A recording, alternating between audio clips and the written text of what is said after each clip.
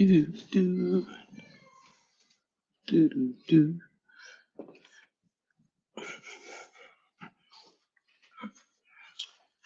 Oh, it went live. What's up, everybody?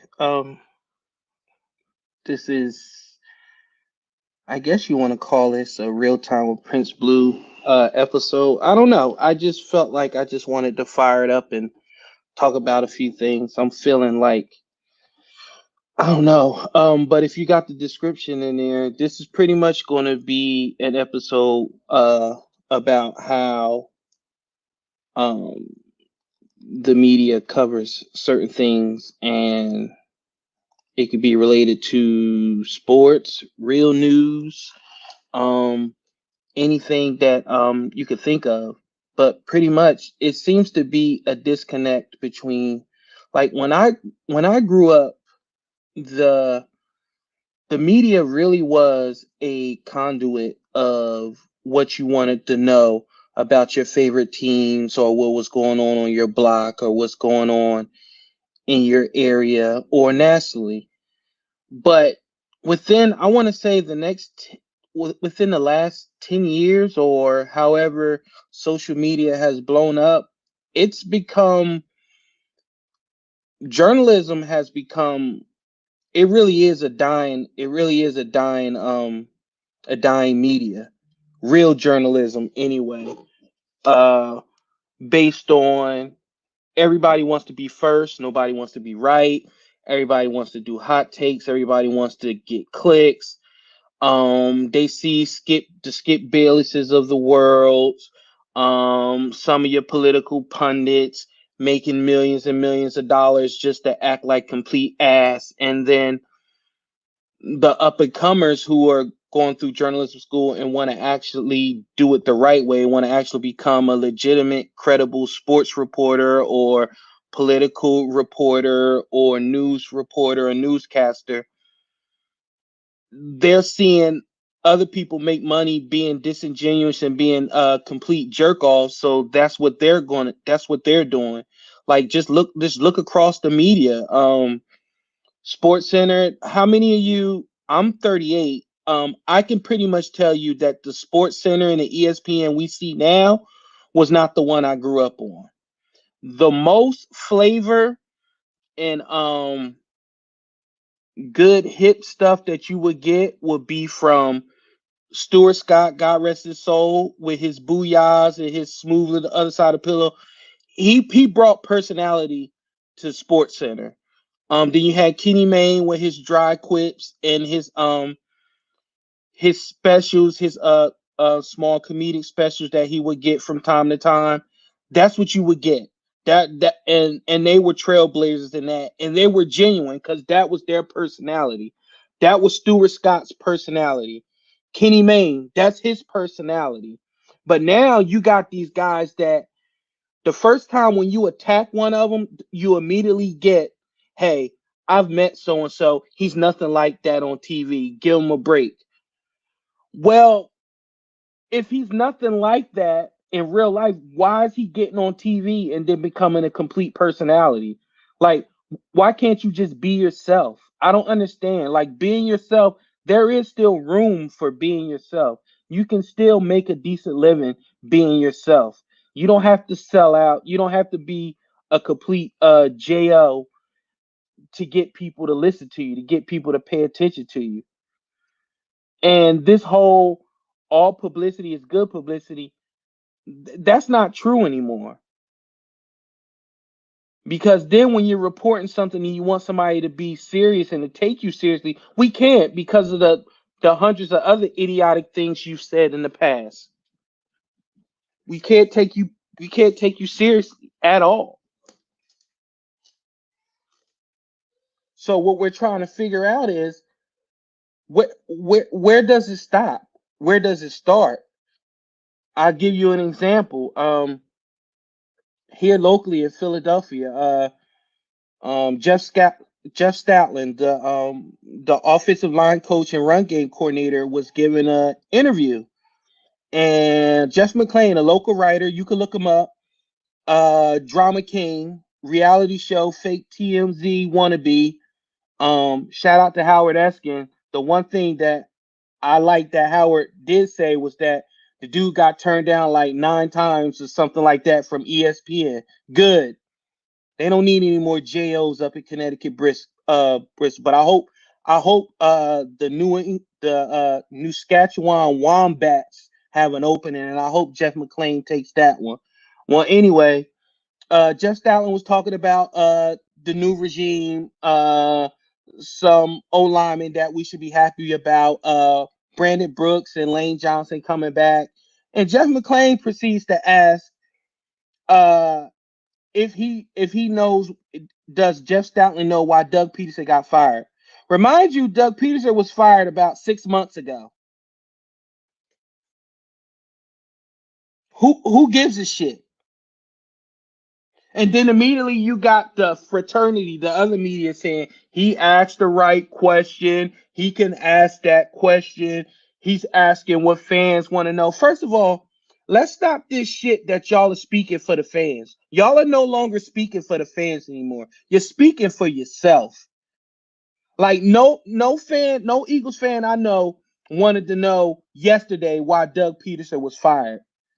We pretty much, we're knowledgeable sports town. We know why Doug Peterson was fired. There's nothing that could come out bar him showing up at Jeff Lurie's house and threatening to body slam him. It's going to shock us. So while you felt the need to ask that question, I don't get that. And then for all your media friends or whatever you want to call them, or the fraternity, to come to your defense, I'm like, okay, if y'all want to gang up and stick by each other, then let me ask you this: why do y'all expect athletes and coaches to throw people within their fraternity under the bus? How does that work? And don't give me freedom of the press and all that bullshit. Like, come on, like that's child's play. I could go there too if you want to go there, but it's not about that. You're not serving the fans, you're serving yourself. Every every media person has a thing. And if you try to say you don't have a thing and that media person just doing their job, you're lying. We know certain writers are for drama. They're for bullshit. So we know when they say something, you could tell us about Howie Roseman hating somebody. You could tell us about that, but you can't tell us when a free agent is coming, when a trade is coming. How come you can't get any of that news?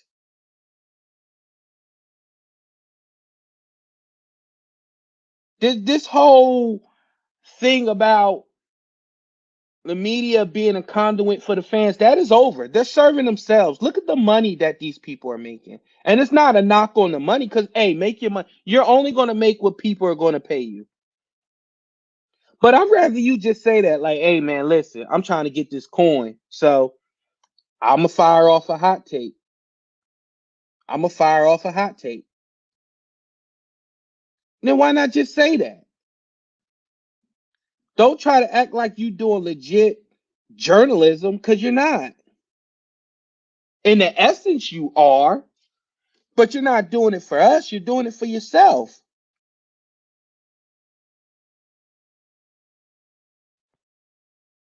It's just, if you look around, it's just nothing but clowns in the media. You got Shannon Sharp calling Julio Jones live on air. Julio Jones saying he didn't know about it, asking them personal business live on air. You got Colin Cowherd saying the most stupidest shit you can ever hear. But I guess he has to say stupid shit because he has to try to get some attention away from Joy's breast, so he could get some of the attention. It's crazy. What happened to the good shows where it was organic, and if some drama or something stirred up, it was organic? You don't have that anymore. And then when you got the newer guys trying to do something different, you got the older guys saying, "Oh, you didn't pay your dues." By pay your dues, you mean come out here and act like a complete jackass? Anybody could do that.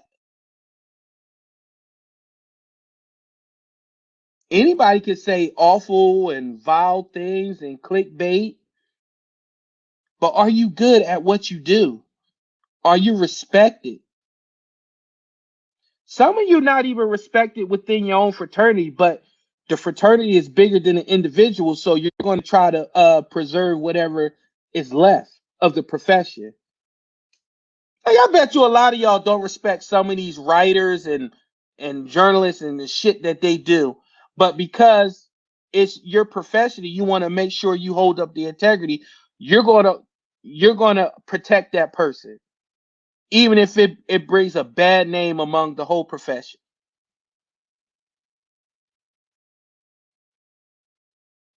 Call it what you want. I'm just being genuine. Somebody said earlier, one time they was like, this guy is getting on here and he's not even getting triple digit downloads. Okay, but the people that listen to me respect that I'm going to be genuine. I'm going to give them the truth, and I'm not going to just be up here just saying stuff just to say stuff. That means more to me. I can have 8 million followers or 8 million streams, but am I giving them authenticity? Am I being genuine? Am I being real? Like some of these people, they have to legit hide who they are because if people find out that they're something that they're not, they're in trouble. That has to be exhausted to have to play the villain or the heel every single day, every minute. Lord forbid somebody sees you or hear you do something nice or say something nice or say something worthwhile. Oh, that's against brand. That ain't gonna work. I actually made sense. That's gonna hurt my followers.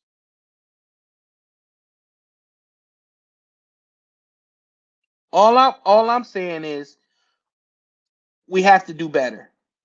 It's just no way around it. You could go viral all you want, but if you're going viral for being a complete jackass, then that must be a sucky ass way to live. It really is. And I just wanted to fire that up and just give you my takes on that. Now, I want to talk about the I want to say the blatant disrespect for the 76ers and what they've accomplished so far this year. Like, I don't know if it's because people are upset about the process or you're just upset with Philly fans because we tell it like it is. We don't sugarcoat shit and we give you the raw and real. Sometimes it's crash, sometimes it's overboard, but we do what we do. Um, we haven't spit on anybody.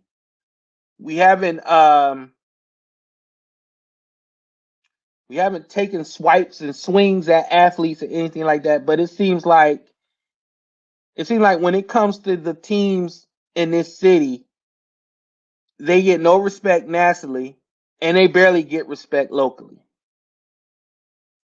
And I'm just trying to figure out, when did it become cool to hate on the teams in your own city? And here we go. Here go the media's favorite thing. I'm not paid to be a fan. I'm paid to get the story, to cover the tapes. Yes, motherfucker, that is true. But you also come with an agenda and an angle. Every one of your articles is negative. Every one of your articles is how the team can be beat. The team can be a juggernaut, 16-0, 82-0, whatever. Some of your articles, the first thing you're going to write is how they can lose the first round. What the hell is that? You hate on the athletes. Why? Because they don't want to do a Zoom? Why? Because they called you weird and creepy? Why? Because they don't want to come on your podcast? So now let me go out my way to hate on the athlete, to hate on the team. The team doesn't give me access like I wanted, so I'm going to be negative about the team.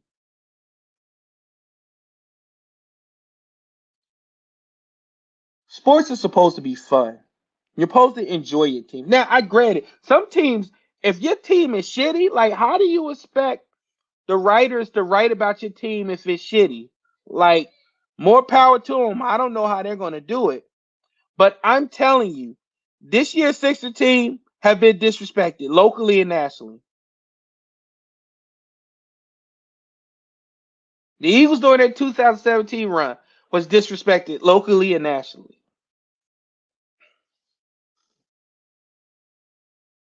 I don't understand it. I guess I never will. But the best thing about it is I can get on here. I can call people out on here. I can call people out on Twitter. I can call people out on Facebook. I can say whatever the hell I want. You can say what you want to a certain degree, but guess what? You're connected to a brand. So you can't say, hey, Blue, go fuck yourself. You can either block me, mute me, or try to use some big old fancy words to, I guess, to throw shade. But guess what? At the end of the day, I still can say whatever the hell I want. And there's nothing you can do about it. But the only difference is what I'm saying is genuine. It's not phony.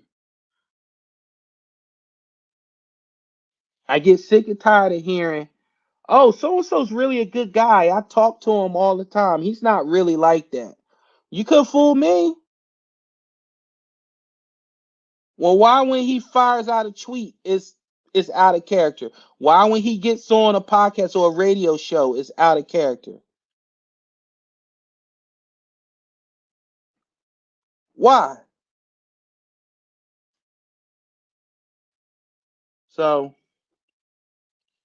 I'm just trying to get to, I don't even know if it's ever, if the media would ever give a reason why.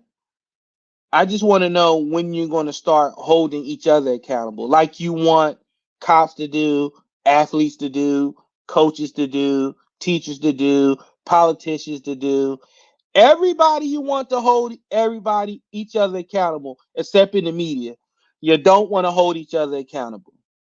You want to take up for each other. You want to say why such and such has the right to ask a question. Everybody has the right. I have a right to ask a question.